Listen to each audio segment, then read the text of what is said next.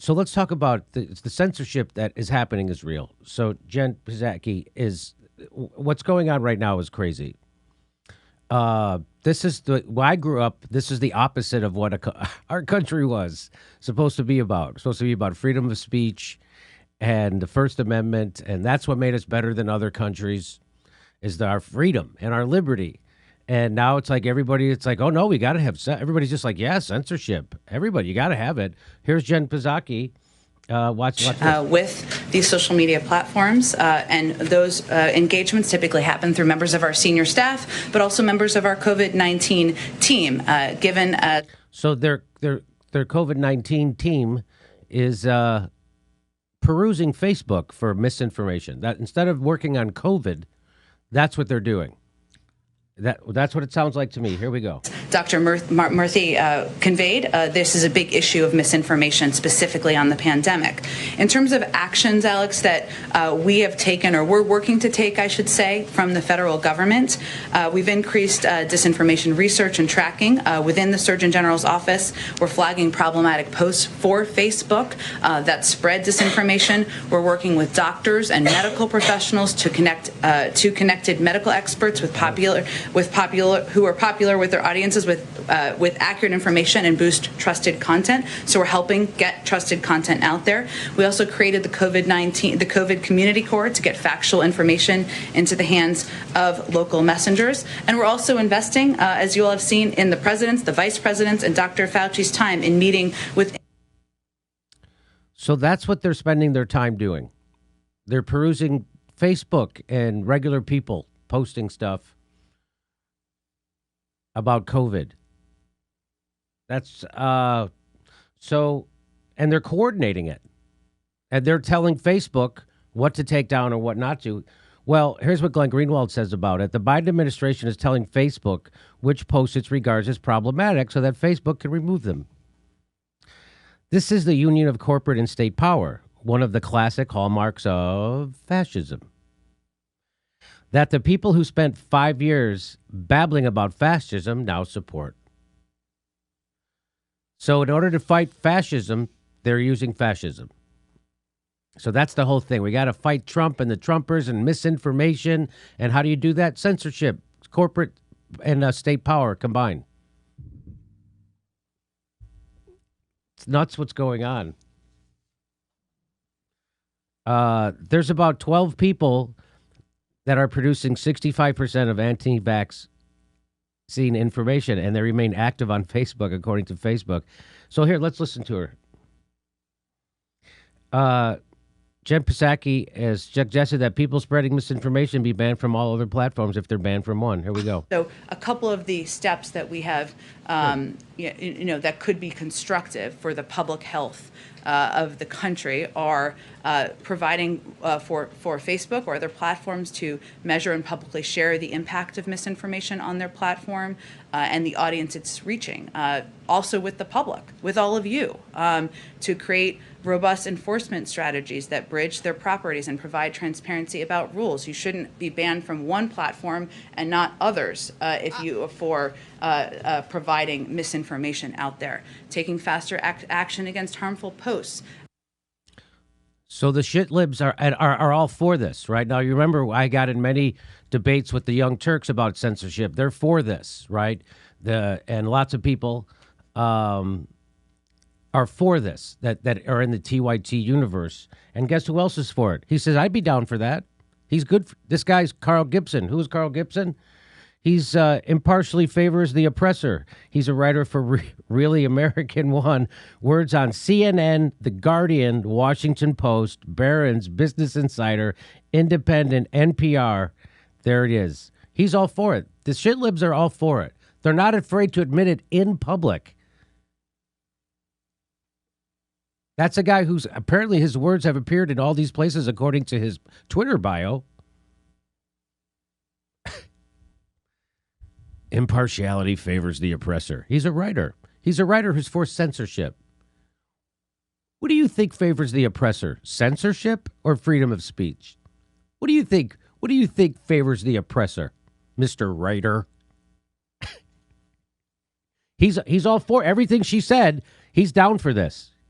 Everything she says, he's cool with this. So a couple of the steps that we have, that could be constructive for the public health of the country are providing for Facebook or other platforms to measure and publicly share the impact of misinformation on their platform and the audience it's reaching. Also with the public, with all of you, to create robust enforcement strategies that bridge their properties and provide transparency. Robust enforcement strategies. Enforcement of what? Enforcement of censorship. Robust censorship strategies. That's what. Not robust enforcement. Enforcement of what? Enforcement of censorship. But they know they can't say that. Isn't that interesting? They're stopping. They don't say we're using censorship. They're saying we're using robust enforcement to stop misinformation. You're using robust censorship. About rules, you shouldn't be banned from one platform and not others if you for providing misinformation out there. What? So so apparently, Mark Zuckerberg or Jack at Twitter, if they have unilateral power over all other social medias. So what if you piss off somebody at Instagram, you're gone from all the other ones. If you piss off somebody at Twitter, you're gone from what is going on? Don't forget Pinterest. What is going on? I mean, this idea that you could take away people's printing press. That's what this is, right? So the social media of today is the town square. It's the printing press. And so what they're saying is we're going to take away people's printing press. They did it to the president. They did it, and everybody cheered it on. And the shit libs on the left cheer this kind of stuff on.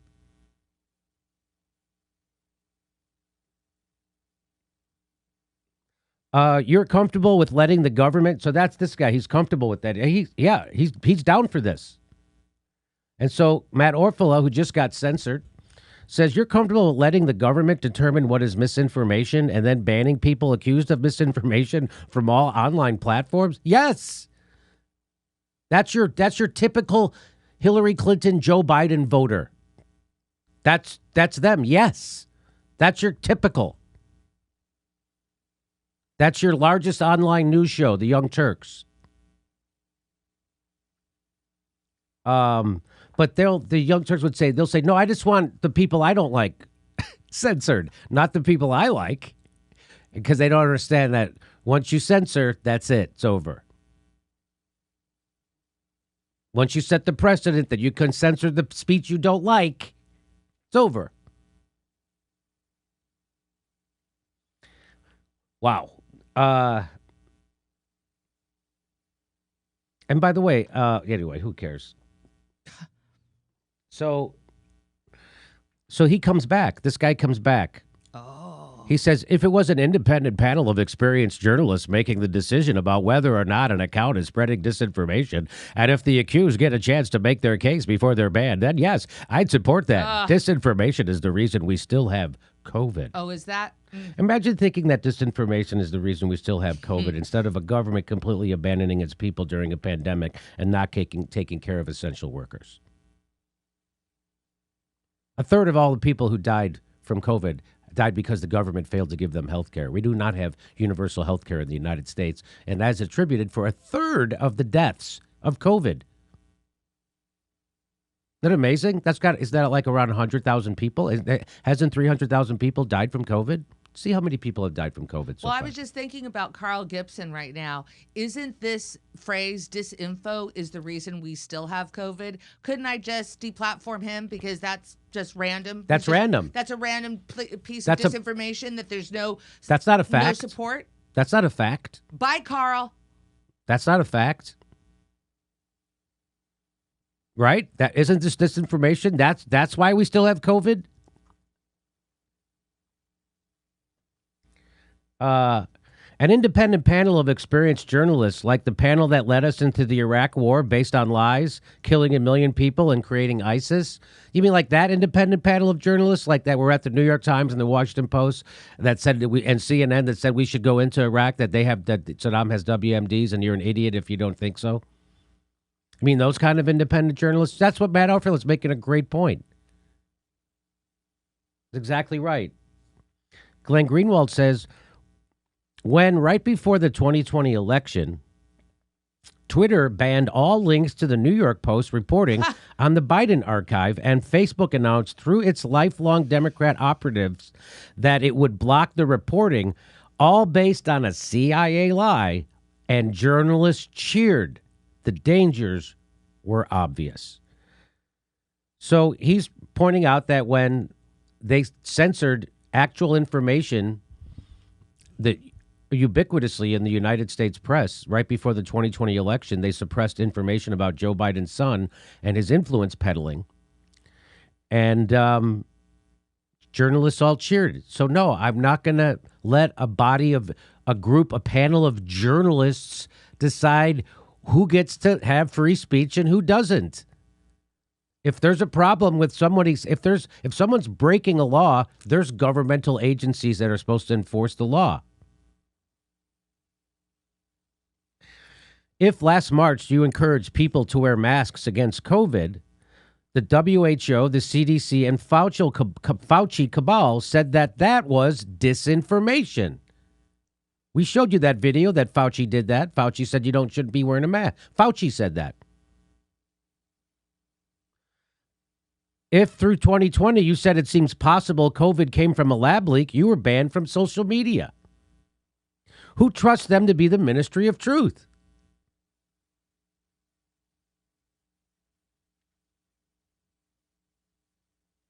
They've been wrong about and lying about COVID. Not only wrong, Fauci admitted he lied about COVID. We've showed you that videotape a million times where he said, they asked him, hey, why did you tell people not to wear masks? And he said, well, we lied because we were afraid that people would go out and buy masks if they knew it would protect them. So we lied and said it wouldn't. So we could have more masks for the people working in hospitals. So they get to decide when they lie to you and when they don't. How could you ever trust anything Anthony Fauci ever says again? I don't. And if you do, you're what they call a sucker. Anything Anthony Fauci says right now has to be put up to the most extreme scrutiny because we've caught him being a pathological liar. Not lied once, not lied twice, but lied over 3 things that are huge.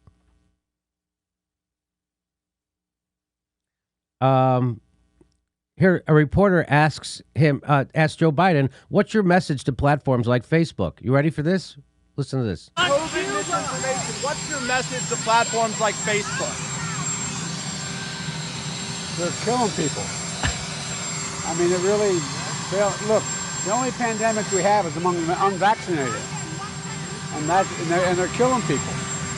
God.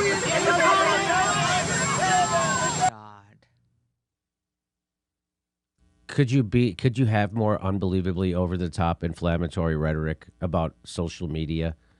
Hey, what's your message about Facebook? They're killing people. Facebook is killing people. That's what he's saying. So now we get to do whatever we want. So now we have to censor. And let's remember, censorship is the fascism. And what is fascism really about? Fascism is about propping up late-stage capitalism. That's what this is. That's what capitalism. It always becomes fascist, and this is what's happening.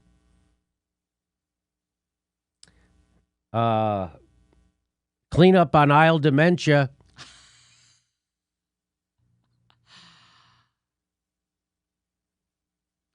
Every censor throughout history in every culture has justified their censorship by claiming the suppressed information is dangerous and the censorship is for the public good. Liberals defending the Biden White House on this ground think they've invented some novel, benevolent rationale. Every dictator who keeps information, they always say, no, we have to keep the bad information out from the people. It's the info. Oh, we can't have that. They're trying to sow discord. That's just exactly what the United States is saying now. They said we needed the internet censorship because Russians. They said we need internet censorship because COVID. They said we need internet censorship because of January 6th. They said we need internet censorship because domestic extremists.